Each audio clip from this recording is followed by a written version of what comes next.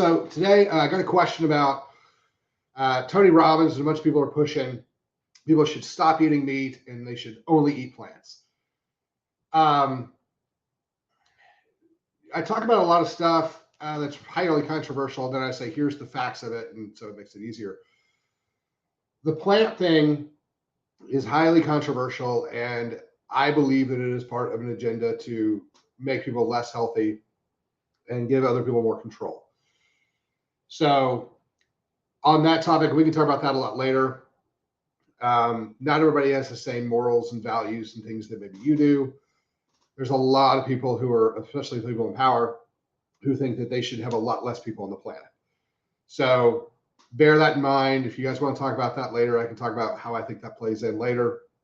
But the issue that we run into with the plants and the meat thing, the specific question was that meat makes your blood thicker, and thicker blood leads to heart attacks. Technically, both those things are true. The viscosity of your blood will lead to wear and tear in the blood vessels, and it will lead to wear and tear in the heart. That can lead to heart attacks. And eating red meat can increase the body's ability to produce red blood cells, which will make the blood thicker. Having said that, heart damage from thick blood, where most people are, where they need to be. So a lot of people, specifically women around menstruation specifically, lose a lot of iron, they lose a lot of viscosity of the blood because they lose blood, or because they just don't have enough oxygen carrying hemoglobin hematocrit levels. So should we make our blood thicker? Yeah. A lot of people need thicker blood. They need the heme iron to create more function. So yeah, that's the thing. Is it going to cause heart attacks? No. The vast majority of consumption of meat is going to be very, very heart protective, very, very heart healthy, very good for the brain. So you need those things. Now, here's where the rub lies, right? Is all meat created equal? No. Grass-fed, grass-finished Wagyu or Angus, grass-fed, grass-finished is very different than corn-fed, specifically if that corn is genetically modified. So the health of the animal that you're consuming or the health of the plant you're consuming is highly critical to this discussion. So you have to factor that in. So for instance, people ask about celery juice. The celery juice, for instance, from China versus the United States is radically different. So if you're consuming vegetable juice that you grew in your own garden that had water purification and air purification and high grade soils and things like that, that's gonna be a radically different conversation than random stuff we bought at the store. So that factors in tremendously as well. The thing that we do in America is we use nitrogen and phosphorus to make the plants look big and healthy when there's no nutrient density. And the nutrient density is the entire reason you're consuming the plant anyway. So, and most of them are sprayed heavily with glyphosate. So in this country, I would say plants are a terrible idea. Supplementation from plants is a great option, but eating the actual plant, not very much. It's a lot easier to get grass-fed, grass-finished beef that's super clean and really good for you. Because here's the thing. We're giant chemical engines that have meat as the primary function of our body. All of your muscles meat. All your organs are meat. Your brain is technically meat. So, if you want to give the body something that it recognizes that it's made out of, I would give it animal products. I would give it meat.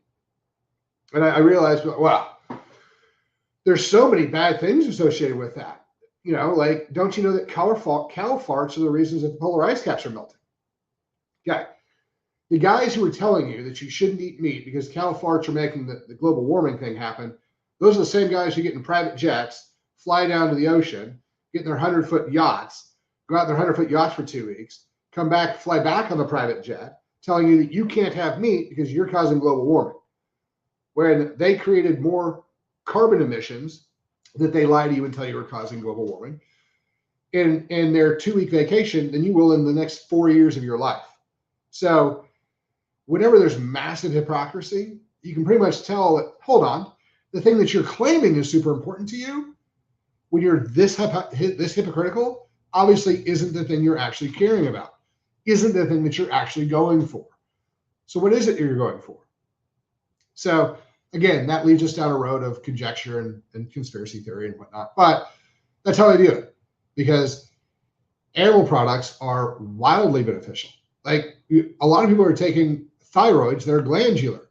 Where do you think those glandulars come from? Do you think we genetically make them in a lab?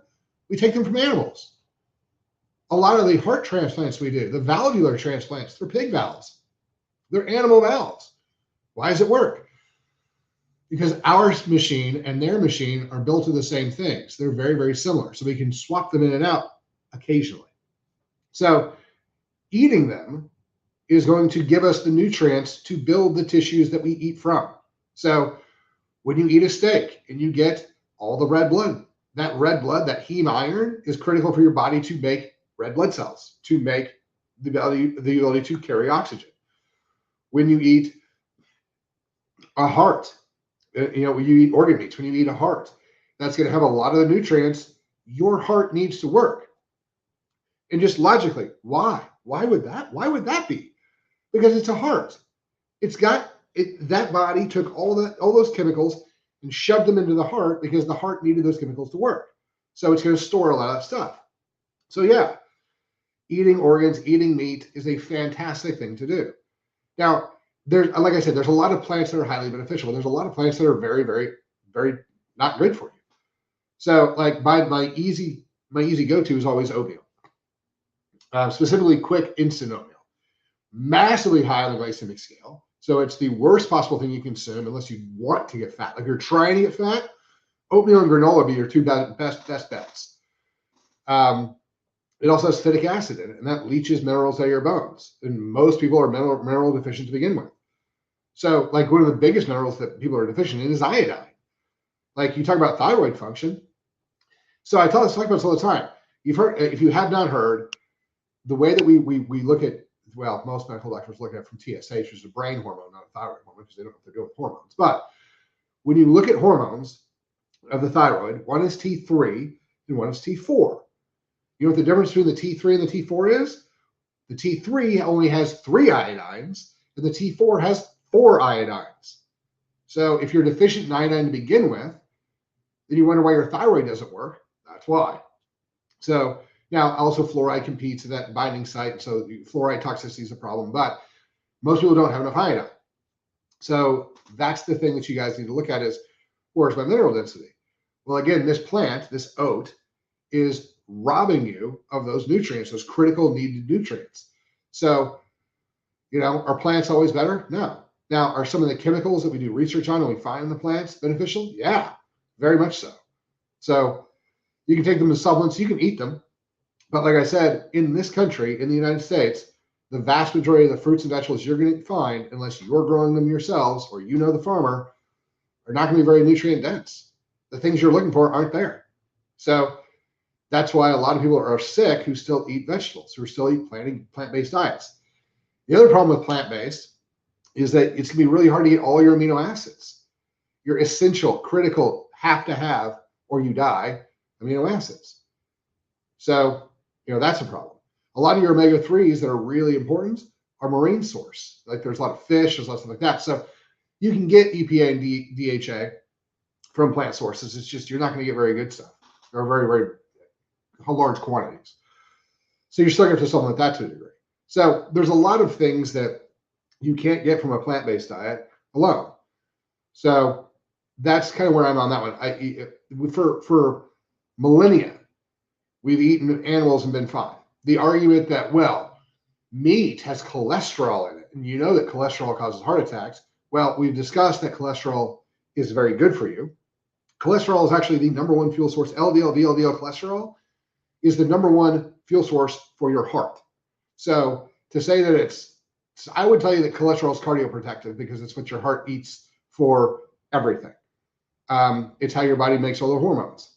It's how your body makes D3. It's how your body feeds muscle tissue when you're in ketosis. So cholesterol is pretty important. It's pretty good for you.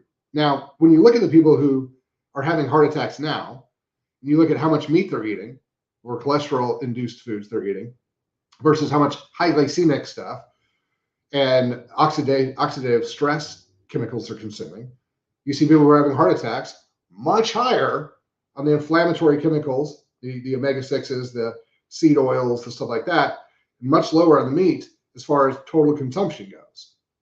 So, that's really where the rub lies. They're trying really hard to tell everybody that they're bad for you. And if you want to look at it from the earth is better, the earth's not better. The earth is worse from plants.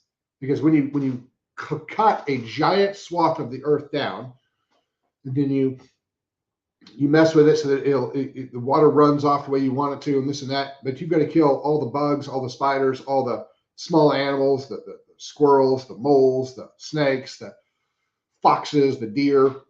You got to get everything away from that stuff. And then you soak it in chemicals like glyphosate. It's not better for the plant. If you have a pasture with 100 bulls in it, 100 cows in it, and the cows move around and they eat the grass here and they eat the grass over there and they move all around and they're pooping all the places, so you're remineralizing the earth. Runoff's the same, bugs are the same, birds are the same, all that type of stuff.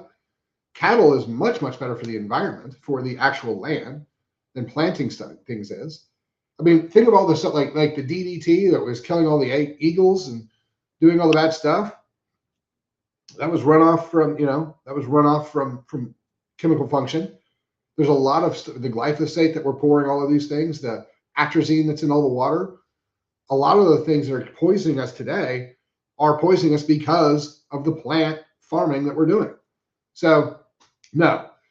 And I think a lot of this push towards we should make everything plant-based is either there's somebody who owns all the plant-based stuff, like Gates or something like that, like one of these guys who owns everything and pushes political function and social function drive to their company so they can lie to you and make more money, that type of thing.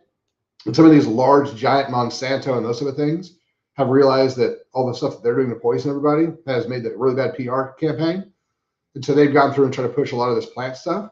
So look at Beyond Meat, right? Because all these things are trying to be like, well, it's a fake burger, but it's just as good because it was better because it's made from plants. One of the most toxic things I can imagine that you put in your body. The very worst possible thing you can put in your body. So, yeah, a lot of the plant-based stuff that they're pushing right now is really a bad idea.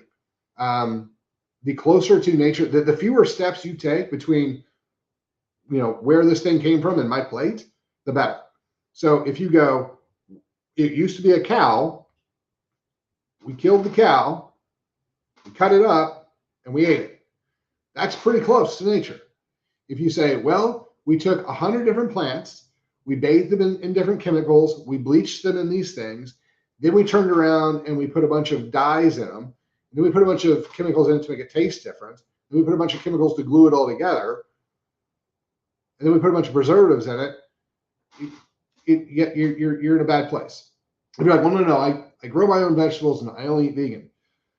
All right, what are you feeding them? What kind of dirt are they in? What kind of air are they exposed to? Like, what kind of water are you using? If you're using city water, you're in a bad place because you're feeding it with chlorine and you're feeding it with fluoride. So you need to clean that stuff. So these are some of the things you have to kind of take into account. So the idea that we should all be plant-based is silly. There's not enough real chemistry behind it. There's tons of phenomenal chemistry behind consumption of meat. So it's kind of up to you on how you want to play that. I'm a much bigger meat over plant guy, but I do lots of supplementation. And a lot of that supplementation comes from plants. So, that's kind of where it is. It's at the end of the day, I need these chemicals in my body, and I need these chemicals out of my body. The easiest way not to get the bad chemicals in my body is to not eat them. So if I don't want glyphosate, I've got to ban everything that has glyphosate on it, which is a lot of plant stuff. So if you just look at the chemistry and read the labels of the stuff you're eating. If you read the labels and you're like, I don't know what this chemical is, and you look at the sirloin you get from H-E-B or Costco or wherever you're getting it, and it says cow. All right, I know what that is. I know where that came from. Like the meat I get comes from a specific place. It's grass-fed, it's grass-finished. I know the butcher, I know the rancher, I know those type of things. I know if he's invited me to go see the pasture, I have not. I have no desire to go see a cow pasture, but you know, I could if I wanted to. So that type of thing. So I'm a much bigger fan of basing your diet in meat. That is easier to figure out where do we come from, what toxins are in it, what chemicals are going in my body, and are those the chemicals my body actually needs? So, because most of the time, you can get the vast majority of the things you need to make your body run from just eating cow. So if you're like, pick one thing to eat, whether it's wheat or soy or corn, all those are terrible, by the way. Wheat's a different conversation, but you know, any of those things, or just eat a cow. If you just ate cow, you'd be substantially healthier than if you ate any other one plant or 10 plants. You're going to be much, much better with the cow. So plants are needed, but a plant-based diet, I would not lean to for health. I would lean more towards, like I said, a carnivore diet. Like if you're going to pick one of the two, vegan or carnivore, carnivore is going to be wildly more beneficial to the vast majority of people over veganism. So that's kind of where it is. If you guys have any other questions, hit us up. I sorry I went long today, but we got questions tomorrow, so I'll talk to you guys then. Thanks for your time.